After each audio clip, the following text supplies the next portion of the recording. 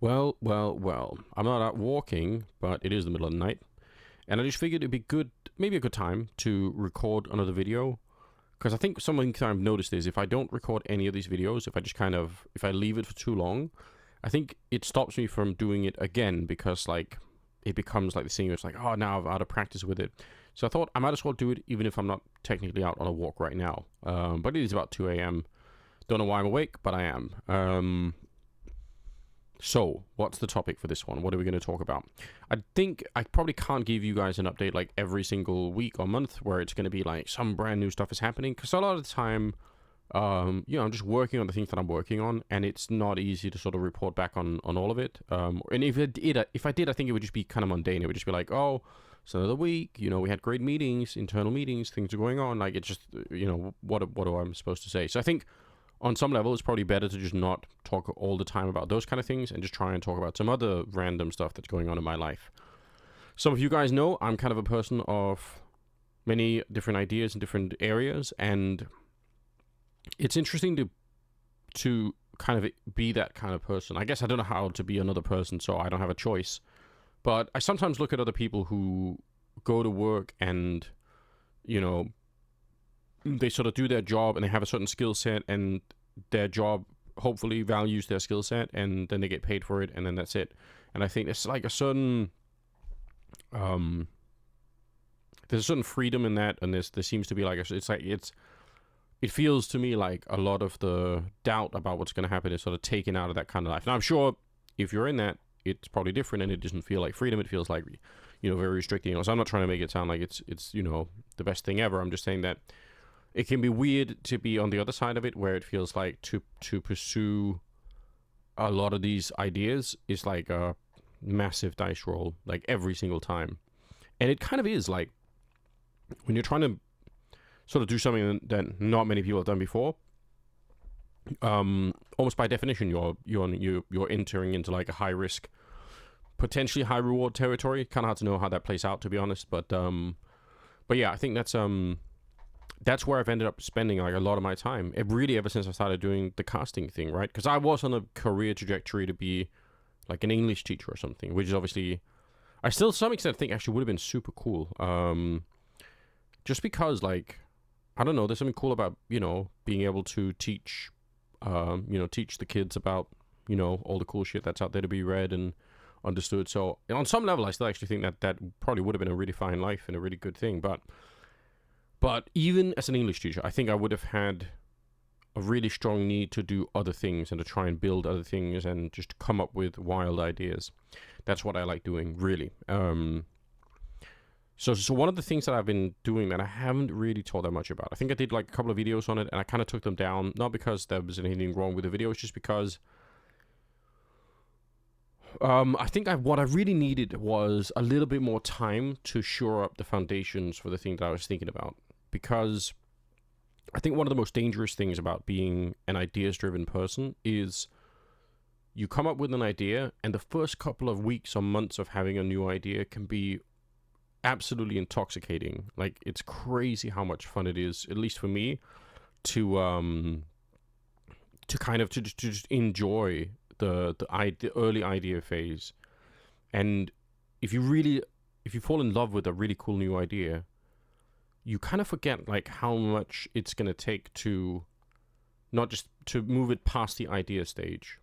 And that's so dangerous, because then you become what people in the development industry, like whether that's software or game dev or probably almost anywhere in the world really, you become what people sometimes refer to as like the ideas guy. And that's not a complimentary term. That means the person who shows up and says, wouldn't it be cool if we just did like World of Warcraft, but instead it was like World War One technology and blah blah. You say a phrase like that, and in your head you think that's really cool, but in the head of someone who's an actual programmer or an artist or anything like that, like someone who has experience with game development, it's a nightmare, right? Because you've just invoked years and hundreds of like tens of millions of dollars worth of development, and you've said it like it was like, oh, let's just do this. I have the idea, guys. Why don't you guys go execute it? And that's dangerous. Sorry, cough is still a real thing.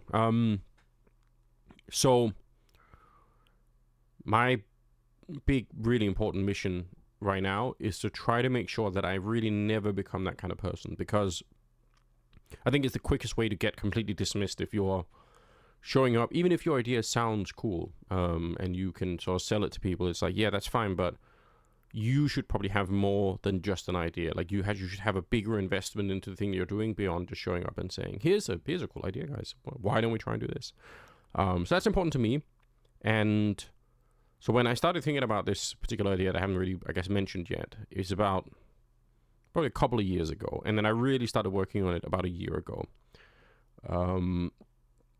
And I told people about it then, and I told everyone, I said, listen, I'm going to give myself some amount of time. I think I said like 6 months at least, turned into more like 12 months, but I just wanted to give myself time to keep working on it, if for no other reason than to be able to prove to myself that there is a way for me to do this and to still find it fun. Like the basic test for me was something like, if I still think it's fun 6 to 12 months from now, then I feel a lot more confident in talking to other people about it and saying, this is like a, more of a real thing, and it's not just like a spur of the moment, oh, this would be kind of fun right now, but but who knows, next month maybe I'm bored of it. I don't want to talk people into stuff and then have them discover with me later that it was just like, it didn't really matter that much. So here we are about a year later now, and really what I'm trying to do is I'm trying to write a story, which for a while I had a really hard time saying out loud, because it feels like you're taking on a role that you haven't earned yet. At least that's how I feel. Like if you call yourself like a writer, then surely that means you've written something, but at some point nobody had written anything, right? So you kind of like, there's a chicken and egg thing going on where it's like, how do you get there without just trying it? And that's kind of where I am now, and I think I'm past the stage now where I'm apologizing too much for it. I'm just telling people I'm trying to write a story, and I think it's going to be really fun and interesting, and I'm excited about it. This story has really, the ultimate goal for the story is to sort of be the basis for a video game in the future. This is going to be a long project, so don't think like next year or something. There's going to be a much longer runway, because I'm still going through the story, right? And then there's the whole question of like building a game, which in itself, as you guys know, is a tremendous project all on its own. But that doesn't worry me. I think that was the first thing a couple of years ago, and I thought about it, is that where I talked myself out of doing this, because I try to think about like the scale of it and like the chances that this could work and all the rest of it, and I sort of realized, man, this is like, it's invoking way too many things all at once. But then I thought, on the other hand, like, it's cool to be occupied by something, like, and almost the fact that it's big is kind of nice, because it means,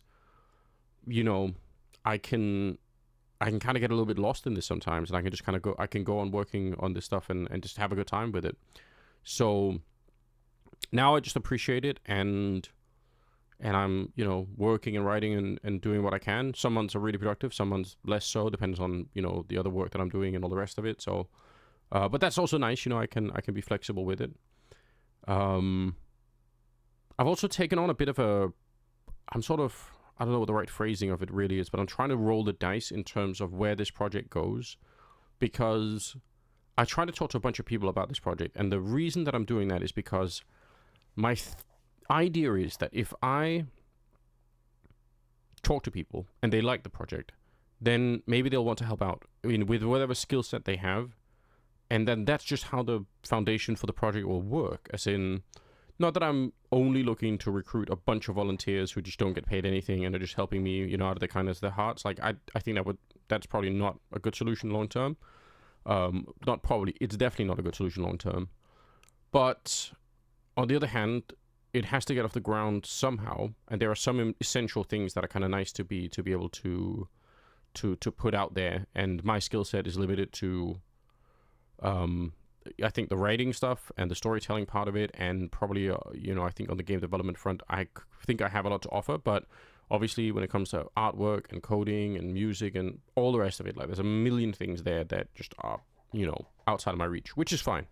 I recognize that, and I'm not going to try and become all of those different roles. because that's crazy. The story is sort of a fantasy story, and I'm not 100% sure exactly how the idea came to me, but part of the core of the story really is about the problem of the idea that it's very hard to trace your thoughts beyond a certain point. A couple of different ways you guys can test this. We can do it right now. Like if I ask you guys to think of something that lives in the ocean, depending on who you are and your life experience and all the rest of it, something just, popped into your head. Like it could have been a whale or a shark, or it could have been a dolphin, or it could have been any number of random things, octopus, whatever it is. Probably very interesting why it's one over the other, but whereas all of you know why you're thinking about animals in the ocean now, none of you can tell me how it was this animal over something else. Like it's not, there's a selection process there that is like essentially like we just don't know how that works. I'm sure there are lots of like interesting neuro scanning things, and but ultimately it's a bit of a dice roll. Like how was it one thing over another? That's something that concerns me, and I think it's interesting as an interesting concept. So that was one of the things that sort of became the basis for all of this. And then I was wanting to really test, and I wanted to think about like how much story can you fit into a game before it becomes weird or before it becomes too much. And is it worth playing that kind of game if the story is kind of good enough? So one of the things that I want to try and do is I want to try and sell the story in this game much more as like an audiobook sidetrack to all the other stuff that's happening. Because I'm sure most of you guys play these RPG games the way that I do, which is that if there's some dialogue, box in front of you, you're probably just clicking right through it, and like it's unlikely that you're going to be sat there reading all the text or all the rest of it. If there's a cutscene, I mean, if it's well made, you're going to watch it, but at some point you're going to be like, no, let me just, hold down a button and skip past it. And, anyway, if you are watching it, are you absorbing like all of the detail, or are you just kind of watching for the cool stuff? Most cutscenes anyway seem to be like mostly cool stuff, which is fine, but can you deliver like important things in the story to people through a video game? I'm sure you can. I'm sure other people have done this. I haven't played all the RPGs, obviously, so my experience is probably super limited. But I'm just saying, for me, I think a cool solution here might be something like, if you are talking to an NPC that's telling you some important part of the story, then why not just have them keep narrating that story in audiobook form? Even if you're running around doing other things. So the game doesn't stop you from doing that, because that's kind of our instinct when we're playing, right? It's like, we're on our way somewhere. We want to run there. We want to go out and fight things, and that's fine. But I just think it would be cool to have a scenario where the story still becomes really important for people to move forward. I talked to a couple of really cool people early on in this process, maybe about a year ago, maybe a little bit less. Indie game dev, whose name I'm currently completely blanking on. Come on, there's no way. I'm trying to search this on, Rami Ismail. An Egyptian, I think. Indie game dev guy. A super popular person, as far as I can tell. Super skilled. And yeah, I think it was really fun to talk to him. Really interesting stuff, and he gave me some interesting pointers. One of the things that he tried to sort of say is, if it's all possible, try to boil everything you can, like the entire game, down to one word or one feeling, because at the end of the day, like that's going to be kind of the thing that probably defines a lot of what people are going to be doing in the game, from like a second to second, minute to minute, hour to hour basis. Like, what is that thing? And that was a really hard exercise, but I think what I finally came up with is something like, I want for people to feel a sense like that it's worth going on a journey of discovery. And I guess I want to, one word is like discovery, that feeling of like going to discover things inside of the game. And I want that to play out across the story and across the weapon system and the item system and the actual sort of physical location that you're in, like the landscape and the the world that you're in. Like, all of these things should be discovered as opposed to just kind of like laid out for you.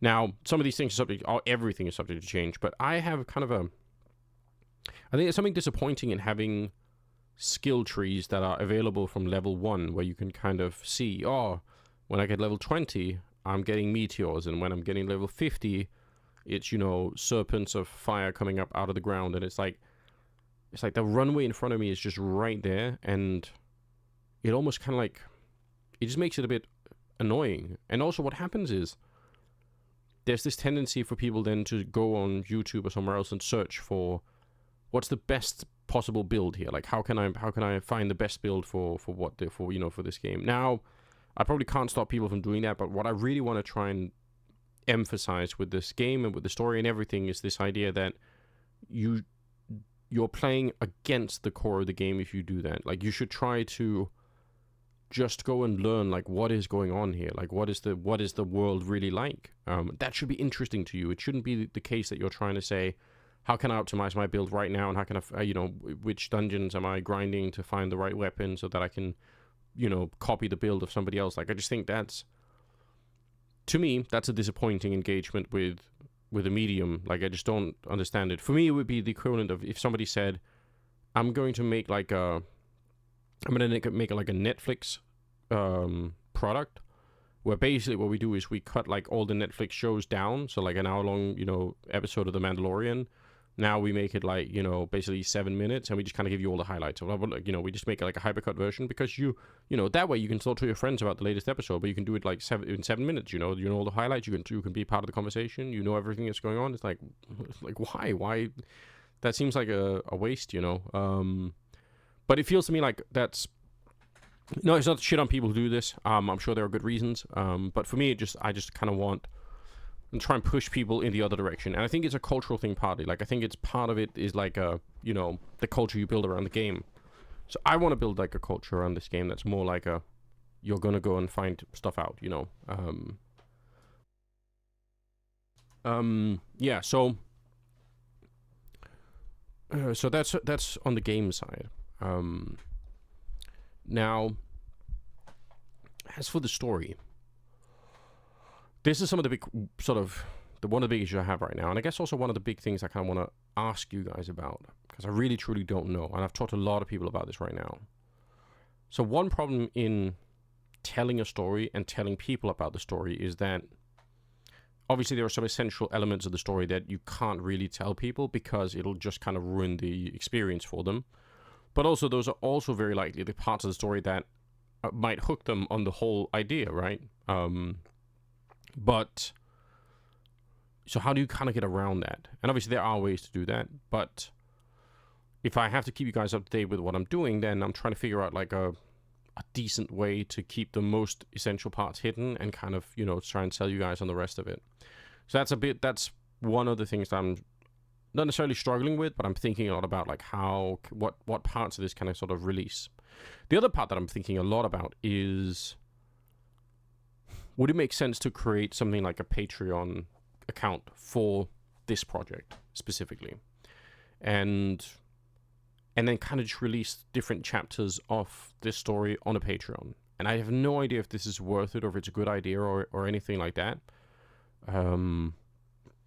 But yeah, those are some of my really big questions right now. I'm really open to it. The reason why it would be very helpful for me to have a Patreon in this kind of context is, one, obviously it's just a general support tool for whatever I'm doing. But for me, it's like, I wish I was in a position where if I wasn't doing a Counter-Strike event for whatever reason, like right now the topical one is the Major, then instead of me spending a lot of my time worrying about, you know, financial things and sort of contacting people and trying to figure out like, oh, how can I do this then? I wish I could just say, well, actually, none of that matters. Like, I can work on the other thing that I'm doing, and not that the Patreon necessarily has to match my entire casting income 1-to-1, but it doesn't have to, but it just could even things out, you know, so that there is more space and more, you know, time available for me to do this without feeling like I'm neglecting my duties as a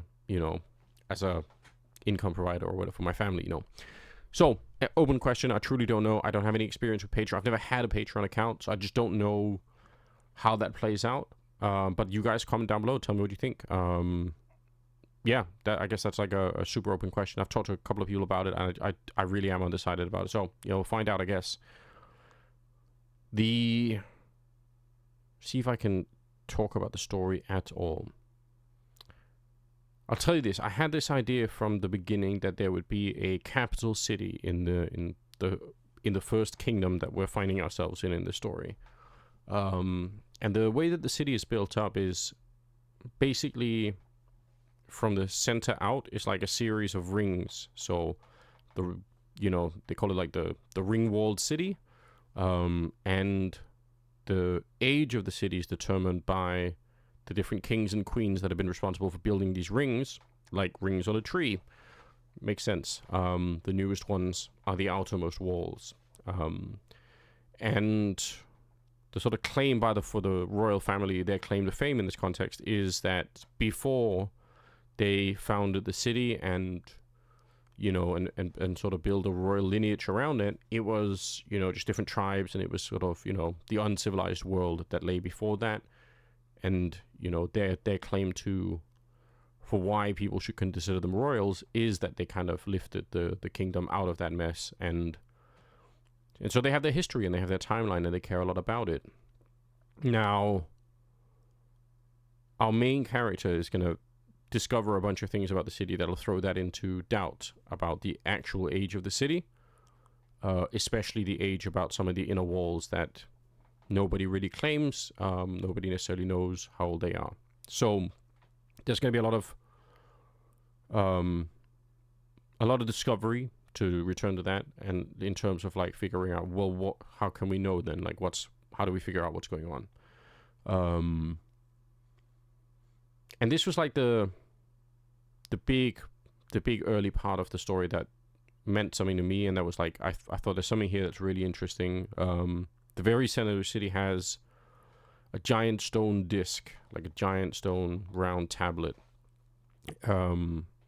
which is like super intricately decorated with like all these different symbols, and there's a lot of different sort of motifs on that. But it's just like a courtyard thing that people walk across when, they're going from one part of the city to another. But it's like one of those Aztec Canada stones, like a sunstone, I think they call it. And Google that if you want. Sort of like that. And I like the image of that. I got this really awesome sketch artist to draw out a couple of things that... And I'll probably get him to do a little bit more and find a way to pay him some money too. So I'll try and show you guys what that looks like in my mind. But that's kind of like, that's the thing that kind of like, is at the very center. So on some level, like logically speaking, that has to be like some of the first things that are laid down along with the walls in the center of it. And that was kind of like, that was obviously, there's more to it that I'm not trying to reveal, but I hadn't really thought about characters at all. Like, for me, that was just like, because I'm in like video game thinking mode. At this point, when I thought about a lot of this stuff, I thought I can just write like a couple of, call it like, like the skeleton of the story, and just leave all the rest of it to be like, we'll probably find that out later, or, that's a small detail or something. And at some point, I just realized that's not going to work. I bet you if I did that, people could feel that there's no real background, there's no real depth. Like the characters, the people in this story, the world itself, it's going to feel thin and one-dimensional. But the problem was, I started to realize if I go the other route of saying, well, we need real characters with real backgrounds, and the places that they come from and their life story kind of has to all make sense in the context of this whole world that I'm trying to build up, then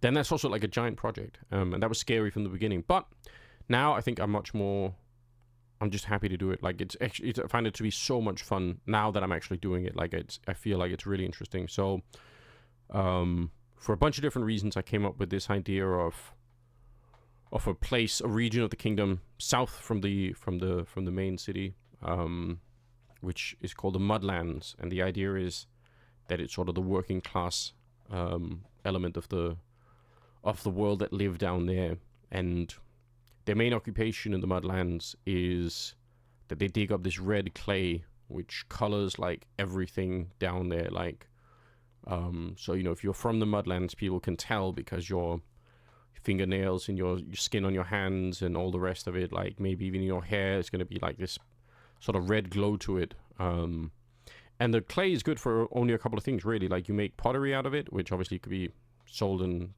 shipped off to the rest of the kingdom. Probably not the most profitable situation, but whatever, it works. And then they burn bricks for the city to build new walls. So they have like a great furnace down there where they build all the bricks. And a lot of people have to dig up the clay itself, which is like a manual labor kind of thing. But apart from that, there's only one city that's down there, and it only exists because there's sort of a rock formation that allows the mud to sort of flow around the city, right? Otherwise, the city's going to get pushed into the sea along with most other things, right? Like, there might be some vegetation, there might be some larger boulders that have sort of stood the test of time, but really, most other things get pushed away. And if you get stuck in the mud, or if you fail to gauge the depth of, like, somewhere you're going, an important tool for them is going to be like everyone has like their own stick, which has like carvings on it. You could imagine sort of like a measuring stick that you sort of plunge into the mud to the side. If it's beyond, like, if it's like knee height, then maybe you could risk it. But beyond that, if you get your knees stuck in the mud, like, getting out suddenly becomes a lot harder. And if anything above hip height, you're probably not getting out again, especially if you're alone. So they have all these different ways of living down there, that once I started thinking about that, I realized it's necessary for me to make the characters feel like they're real people that come from real backgrounds, but also it is interesting to try to think about how would life be in a place like this that I've just sort of imagined in a way. Like, I'm trying to think about like the different seasons as well. You could imagine that winter in the Mudlands is going to involve the same mud, but now it's sort of covered in this glassy ice, and it's like, it might be even more treacherous. Maybe it's a little bit more sticky, and it's cold as well. So like, now you're like, you freeze to death if you get stuck out there. And the summer is like, again, maybe even like, maybe less rain. So it's the risk is less drowning, but it's more getting stuck and not getting back. And then some fall and spring, there's more rain involved. So the mud moves faster, but also the mud pools out there could get a lot deeper, and there are just all these different ways that you could imagine that people who grow up in these places would know about it. Also, it's not going to be, the variety of food is going to be low. I think the only animals that people can really keep down there are probably pigs. And it also means that people who live there, like, either they were born there, but if they've moved there from somewhere else, there's a really high chance they've moved there because they've become unpopular somewhere else in the kingdom. Like, they owe taxes, or they've stolen from some important person, so you go hide in the Mudlands because no one's going to find you. Like, the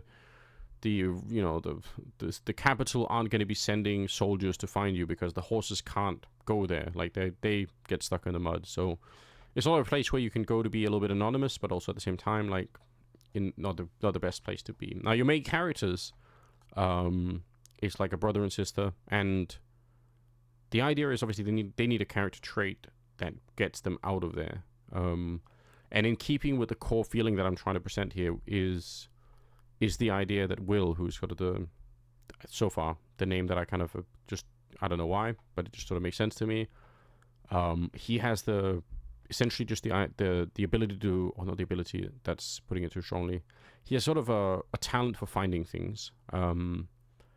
And he develops a reputation over time for finding, lost trinkets for people and all the rest of it. And then once that reputation grows beyond the Mudlands, then people start to get interested, and that sort of becomes his ticket out of there. And his sister ends up having a slightly more, a different route out of there. So yeah, that's kind of what I'm building at the moment. A lot of this stuff is written down in, not necessarily in like sequential order at the moment. Some of it is like there are area of like space, time that's missing in between some of these events that I've written down. But I'm okay with that. I've accepted the fact that sometimes if I have a really cool vision for something that's going to happen in the future, in the story, then I'll just probably try and write that, and then I'll get there eventually.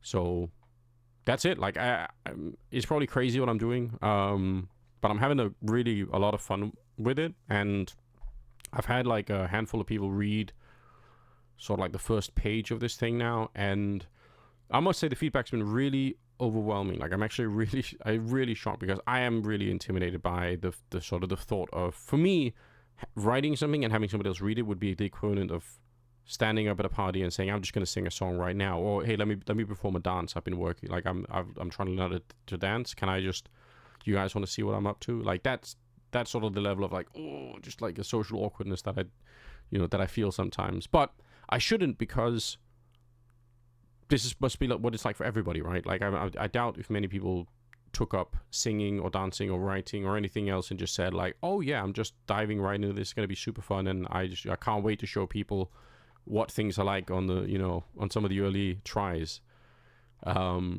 So I'm getting better, I think, all the time at sounding less like I'm embarrassed about it and more like I am confident in the idea. And I really am. I really think that this is like going to be super fun and interesting and different. And the people that have read it so far seem to agree. And I'm gathering like a little handful of people around me who can help with different things. So we'll see what happens on the non-writing side. Not 100% sure yet, but it's all, like I said, very much for me based on the idea that the right people will probably come along eventually and find out what I'm doing and, develop an interest. And also, if I keep talking about it, maybe you guys will develop an interest in it.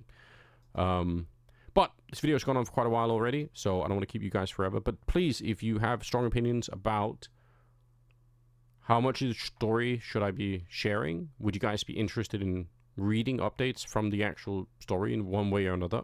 And thirdly, would it make sense to make a Patreon to sort of ease the my time in working with this, basically? I guess those are the big questions. And I guess another thing is like, well, yeah, I think the other big question is something like how much needs to be shared for the story to sort of catch your attention. Because when I talk to other people about this who are just friends of mine, or that I know in the industry or whatever, it's a lot easier for me to just give them like the really, what I think are the really big selling points of why the story is different and unique, and it has like the big twists and some interesting things that are like that I think make it fun, and also for me like the some of the essential ideas. But saying all of those in like one video, or just releasing like a manuscript and saying, oh yeah, here comes the the really big highlights, just feels like that's sort of also robbing people of a chance to enjoy the thing. So I'm not sure how people do maybe other people have tried to follow projects like this and have a template for how to talk about it. I'm really not sure. But yeah, that's a lot of open questions, I guess. And also a bit of an update on some of the other stuff that I'm doing. A lot of the future updates right now will be from here on out, at least for the next, like, I think maybe 2 weeks from now, will be a lot of Skybox related stuff, and that's going to be a really fun and a very different vibe for me to talk about. So but yeah, I hope you guys enjoy it, and if you do, leave a comment and I like or whatever else people say on YouTube, I don't know. But yeah, again, I appreciate your time and all of the all the interactions you guys have been doing so far. It's really sick. So thanks, and I will see you in the next one. Peace.